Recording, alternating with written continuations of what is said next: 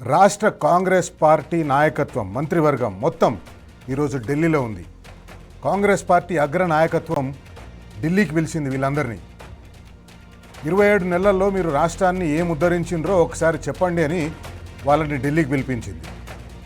ఢిల్లీకి పోయి ఈ నాయకులంతా రాష్ట్రంలో 27 నెలలుగా పాలన అద్భుతంగా సాగింది, దానికి నిదర్శనమే పంచాయతీ ఎన్నికల్లో, మున్సిపాలిటీ ఎన్నికల్లో మనకు వచ్చిన స్థానాలు అని వివరించింది.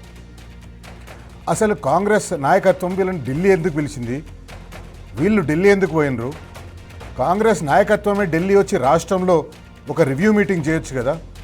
రాహుల్ గాంధీ దూత మీనాక్షి నటరాజన్ ఇక్కడనే ఉంది కదా, ఆమె నివేదిక పంపించిన తర్వాత వాళ్ళందరూ వచ్చి ఇక్కడ మాట్లాడవచ్చు కదా.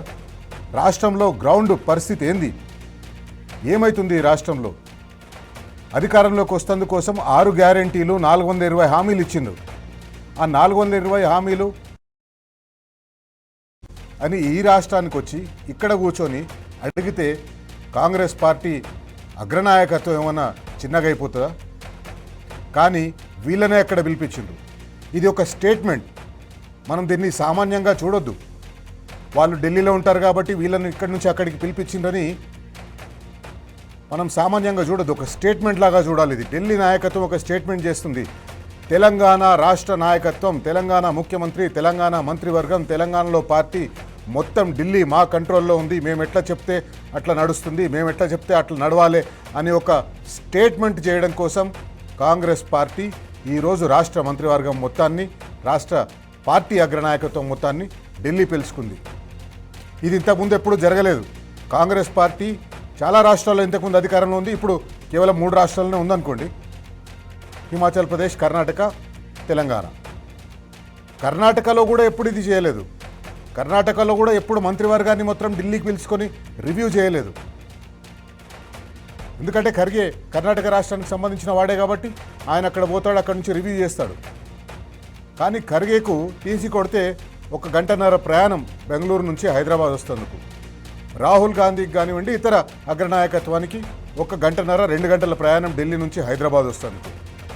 వాళ్ళందరూ ఇక్కడ వచ్చి ఆ మీటింగ్ పెట్టి, ఆ మీటింగ్లో మీరు రాష్ట్రంలో ఏం అభివృద్ధి చేసిండ్రు, ఇంతవరకు మనం ఇచ్చిన హామీల సంగతి ఏంది, హామీలు ఏమైపోయినాయి అని ఇక్కడ కూర్చొని అడగవచ్చు కదా. అడగరు. ఎందుకంటే వాళ్ళు ఈ రాష్ట్రంలో అడుగు పెట్టిన క్షణం నుంచి తెలంగాణ రాష్ట్ర ప్రజలు చూపంతా వాళ్ళ మీదనే ఉంటుంది.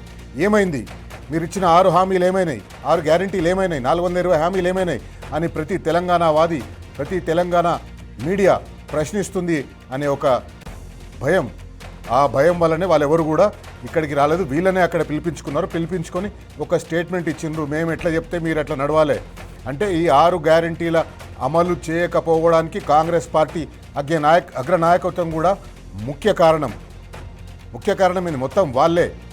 ఒకవేళ వాళ్ళు చెప్పి అమలు చేయించలేరా కాంగ్రెస్లో రాష్ట్ర కాంగ్రెస్ ప్రభుత్వాన్ని, మనం ఎన్నికలప్పుడు హామీలు ఇచ్చినాం, ఆ హామీలని అమలు చేయండి అని చెప్పేసి అని. 1, 2 కాదు, 420 హామీలు, 6 గ్యారెంటీలు, ఏ ఒక్కటి కూడా అమలు చేయలేదు. బరాబర్ అడుగుదాం ఈరోజు మన కార్యక్రమంలో, బరాబర్ అడుగుదాం కాంగ్రెస్ పార్టీ అగ్ర నాయకత్వాన్ని బరాబర్ అడుగుదాం. ఢిల్లీలో మీటింగ్ పెట్టి మొత్తం రాష్ట్ర మంత్రివర్గాన్ని ఢిల్లీ పిలిపించుకొని రివ్యూ చేసింది కదా. ఎందుకు అదే మీటింగ్ ఇక్కడ పెడితే మీ 6 గ్యారెంటీలు ఏమైనాయని ప్రజలు అడుగుతారని భయమా? బరాబర్ అడుగుదాం. ఆత్మగౌరవం కోసం కొట్లాడి ఢిల్లీ మెడలు వంచి మరీ తెలంగాణను సాధించుకున్నాం. ఇప్పుడు అదే ఆత్మగౌరవాన్ని ఢిల్లీకి తాకట్టు పెడితే తెలంగాణ మనసు గాయపడదా?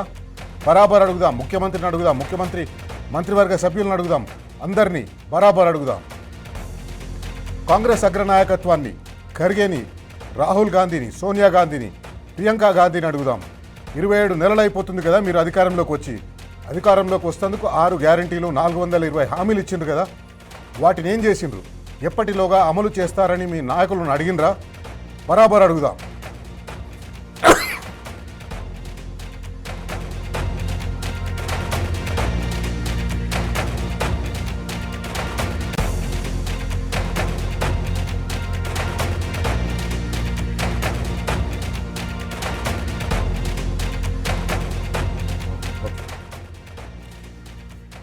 కాంగ్రెస్కు ఓటేస్తే తెలంగాణ ఏమవుతుందో అని తొలి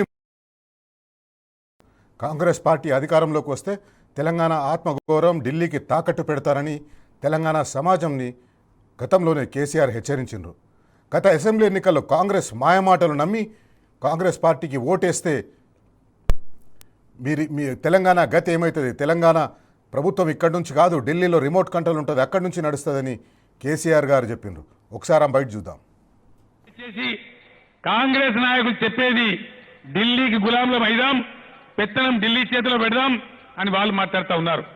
లేదు, మన రాజకీయ పెత్తనం, మన నిర్ణయాధికారం తెలంగాణలో మన చేతుల్లో, మన నాయకుల చేతిలో ఉండాలని చెప్పి టీఆర్ఎస్ వాదిస్తా ఉన్నది.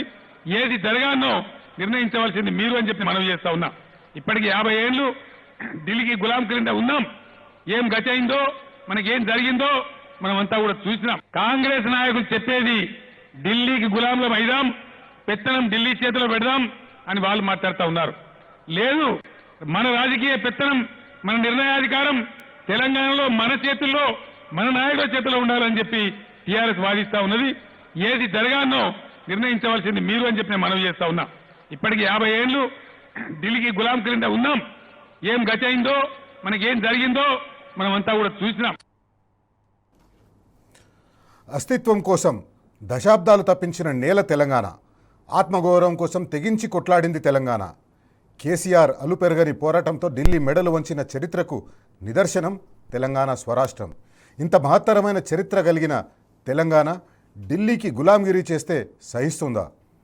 నేటి కాంగ్రెస్ పాలకులు ఆత్మపరిశీలన చేసుకోవాలి. వెన్నెముక లేని పాలకులు ఖచ్చితంగా సమయం వచ్చినప్పుడు తెలంగాణ సమాధానం ఇస్తుంది. రాజ్యతంత్రం నడిపిన రాణి రుద్రమ్మ జాతి మాది. జల్ జంగల్ జమీన్, జల్ జంగల్ జమీన్ అని కొట్లాడిన కుమురం భీముడి జాతి మాది. అస్తిత్వం కోసం అమరులైన సమ్మక్క సారలమ్మల జాతి మాది. కోటల మీద జెండా ఎగిరేసిన బహుజన వీరుడు సర్వాయి పాపన్న జాతి మాది. భూస్వాముల దోపిడీ మీద పోరాడిన దొడ్డి కొమురయ్య జాతి మాది. బరిలో బందూకు బట్టి దేశ్ముఖులను తరిమి కొట్టిన వీరనారి సాకలి ఐలమ్మ జాతి మాది. సామాజిక విప్లవకారుడు భాగ్యరెడ్డి వర్మ జాతి మాది. ప్రాంతం వాడు మోసం చేస్తే ప్రాంతంలోనే ఉప్పు పాతర వేస్తామన్న కాలోజీ జాతి మాది. నా తెలంగాణ కోటి రతనాల వీణ అని మాట్లాడిన అని చెప్పిన దాశరథి జాతి మాది. 1952లో గైర్ ముల్కీ గో బ్యాక్ అని నెత్తుటి త్యాగాలు చేసిన విద్యార్థి అమరవీరుల జాతి మాది. 69లో కర్కశ కాంగ్రెస్ కు వ్యతిరేకంగా పోరాటం చేసి 300 మంది 69 మంది అసువులు బాసిన యువ కిషోరాల జాతి మాది. మలిదశ ఉద్యమంలో ఢిల్లీ మెడలు వంచిన తెలంగాణ జాతి మాది. అనువనువున ఆత్మగౌరవం తొనికిసలాడే జాతి మాది. నీతి ఉన్న రీతి ఉన్న తెలంగాణ జాతి మాది. నీకేం తెలుస్తుంది అని చెప్పి వాడిని అంటా ఉన్నా. ఒకటి మాత్రం పక్క, ఢిల్లీకి సలాం కొట్టి బతికే సామంతులం మేం కాదు. నిటారుగా నిలబడ్డ వెన్నుముక ఉన్న తెలంగాణ భూమి పుత్రులం ఆ జాతి మాది. సామంతుల జాతి కాదు, స్వతంత్రుల జాతి మాది. బానిసకొక జాతి కాదు, గిరిగీసి కొట్లాడే తెగో ఉన్న కేసీఆర్ జాతి మాది. ఢిల్లీకి ఇస్తే ఎగిరే కీలుబొమ్మల జాతి కాదు మాది. అధిష్టానం ఆడిస్తే ఆడే తోలుబొమ్మల జాతి కాదు మాది. తెగువ ఉన్న పౌరుషం ఉన్న భూమి పుత్రుల జాతి మాది. పరాయి వాళ్ళ పంచన చేరి కిరాయి బతికే జాతి కాదు మాది. సోయి ఉన్న సొంత శక్తి ఉన్న జాతి మాది. కాంగ్రెస్ పార్టీ అగ్రనాయకత్వం తెలంగాణ రాష్ట్ర మంత్రివర్గాన్ని మొత్తాన్ని ఢిల్లీ పిలిపించుకోవడంపై బీఆర్ఎస్ పార్టీ సీనియర్ నాయకులు, BRS LP deputy leader Harish Rao గారు ఏఐసిసికి, కాంగ్రెస్ పార్టీకి ఒక సుదీర్ఘమైన లేఖ రాసిండ్రు. ఇది ముమ్మాటికి తెలంగాణను అవమానించడమే అని ఆయన తన లేఖలో పేర్కొన్నారు. సుదీర్ఘమైన 3 పేజీల లేఖ అది. ఆ 3 పేజీల లేఖలో Telangana was not created to function as remote controlled state.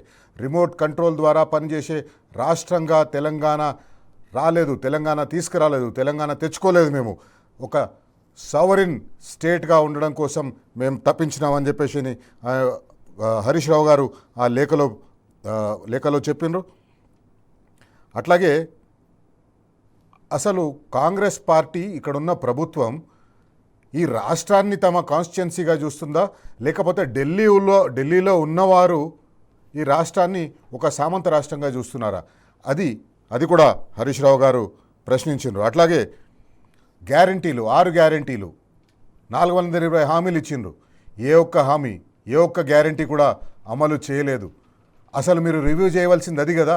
ఈ హామీలు ఎప్పుడు అమలు చేస్తారు, ఈ హామీలు ఎప్పుడు మీరు తీరుస్తారు, ప్రజలకు ఇచ్చిన హామీలను ఎప్పుడు తీరుస్తారు, ఆ హామీలు ఇస్తేనే కదా ప్రజలు మీకు ఓట్లేసింది.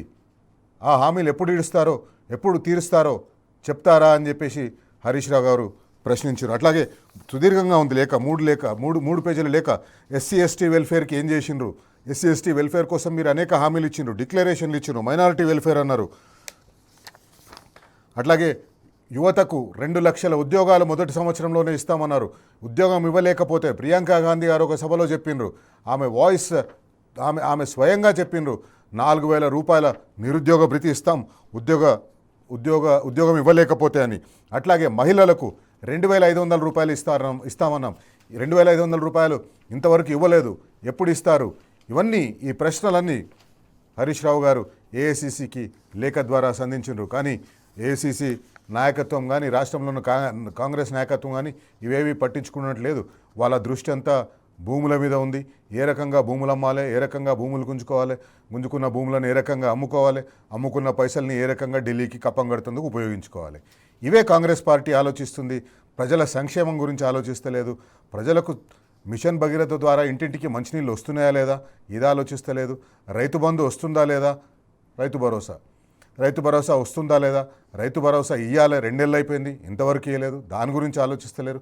ఎక్కడ కూడా ఈ హామీల గురించి మాట్లాడతలేరు. హామీలు ఎప్పుడు ఇస్తామని చెప్తలేరు. తమ పచ్చపత్రికల్లో తమ మీడియాలో రాపించుకుంటున్నారు. రోజు రైతు బంధుకు వేలాయే, రైతు భరోసాకు వేలాయే, రేపే రైతు బంధు, ఎల్లుండే రైతు బంధు.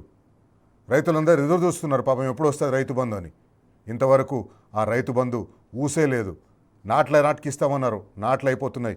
కోతల నాటికి కూడా ఇస్తారో లేదో ఈ కోతల సర్కారే చెప్పాలి.